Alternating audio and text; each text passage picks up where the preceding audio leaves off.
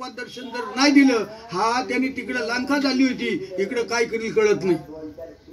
मग सत्यभामेला गमेल होती. सत्यभामा अगं हनुमंतराय येतो ना, मग तू सीता बन, मी राम बनतो. काय करतो? मी राम बनतो, तू सीता बन. ती बोलली सीता होती कशी त्या आजच्या युगामध्ये? अल्बम काढायला लागली. पावडर कशी होती, काजल कसा होता, कुंकू कुठं होता, हे सगळं अल्बम बघत बसली. हाताला काही येईच नाही. लावला इकडचं तिकडं, काजल लावायचं इकडं तिकडं, सगळीकडे उलटा सुलटा. नारदाला म्हणते मी कशी दिसते? बोला माकडासारखी दिसते.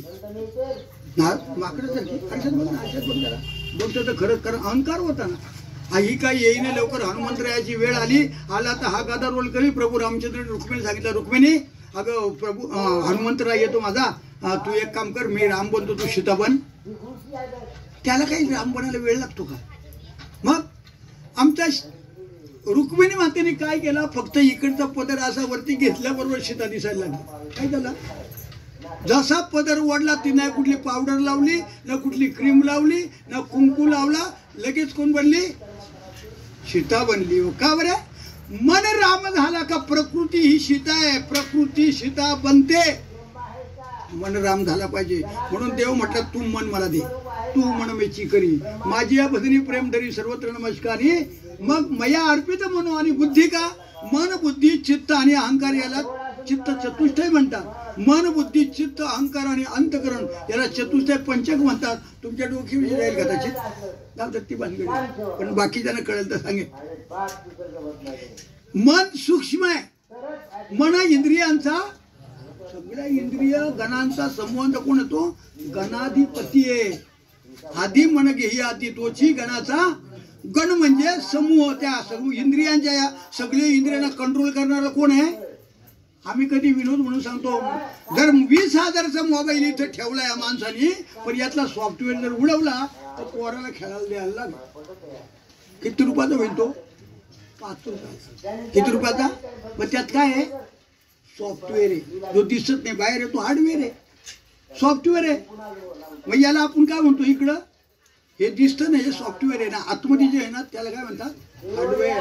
Mind is the most important software of material body.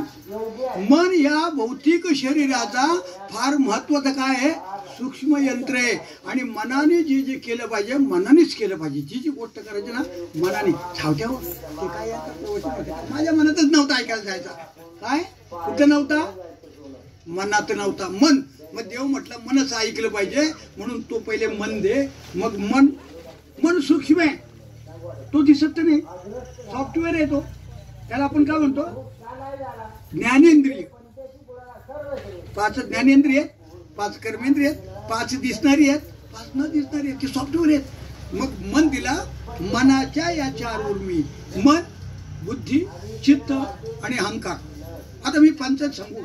आपली ग्रामपंचायत पूर्वी असायची. आपण 7 झाले, 9 झाले, 11 झाले, 21 होती. पण खरी पंचायत कसं म्हणतात? 5. देह, इंद्रिय, मन, बुद्धी, प्राण हे देहाचे पंचायत. क्षुधा, तृषा, क्लेश, दुःख, पूर्ण, जन्म, मरण इत्यादी. जन्माला येणं, मरणं या सगळ्या गोष्टी कशावर आहेत? त्यांचे हे सगळं ह्याच आहे, 5 हा शरीरच 5 आणि म्हणून याला काय म्हणतात? ग्रामपंचायत. आता ग्रामपंचायतीमध्ये विरोधी पक्ष असतो ना, जो हारलेला असतो ना तो विरोधी पक्ष बसतो. मग इथं हारलाय कोण? अहंकार. तो विरोधी पक्ष आहे, पण बलोत्तर येतो. मनाहून बुद्धी सूक्ष्म आहे, बुद्धीहून काय? चित्त सूक्ष्म आहे, आणि सूक्ष्महून अहंकार सूक्ष्म आहे. अहंकार कधीच मारत नाही कोणाला. एकदा अहंकार झाला ना, मला माहिती आहे, नको सांगू मला जेवढं येते तेवढं तुम्हाला येते. हे अहंकार आहे. म्हणून अहंकार आहे, पण त्याच्यामध्ये बुद्धी जी आहे ना, बुद्धी सूक्ष्म असेल पण बुद्धी बलोत्तर आहे ना. बुद्धीवरती एखादी गोष्ट जर ठसली, बुद्धीवर एखादी गोष्ट जर बिंबली तर ती कधीच निघत नाही. म्हणून तिला काय म्हणतात? फोटोग्राफर किंवा दुर्बीण म्हणतात.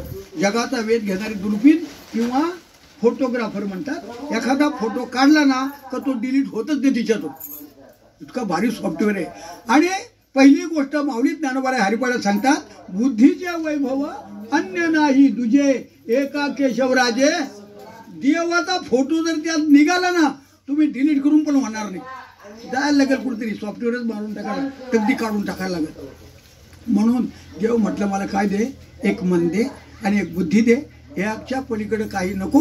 पण जैशा स्थितीमध्ये आहे, जैशी स्थिती आहे तैशापरी, ज्या स्थितीस येतात त्या स्थितीमध्ये पण आपले कर्म करत असताना, सतत कर्म करत असताना सतत नामचिंतन करायला विसरू नको. ही देवाने अर्जुनाला सांगितलं. अर्जुनाला सांगितली, अर्जुन ज्ञानी होता. अरे ज्ञान कोणाला सांगायचं? बघा किती भाग्यवान असेल ज्या अर्जुनाला भगवान श्रीकृष्ण परमात्म्यासारखा गुरु मिळावा आणि त्या भगवान श्रीकृष्ण परमात्म्यासारख्या गुरुला अर्जुनाचा सारखा शिष्य, याला दोघांचं भाग्य लागतं. शिष्य तर भरपूर मिळतील, पाहिलेचे पण कामाचे पाहिजेत ना. अर्जुनाला काही नव्हतं कळत का? अर्जुन महाज्ञानी हो. अर्जुनाला सांगितलं, उपदेश केला. अर्जुनच्या निमित्ताने आपल्याला आला. मग संत जे आहेत देवच आहेत. ते साधा प्रमाण बोलतो, माझ्या विठोबाचा कैसा आपणची देव होय.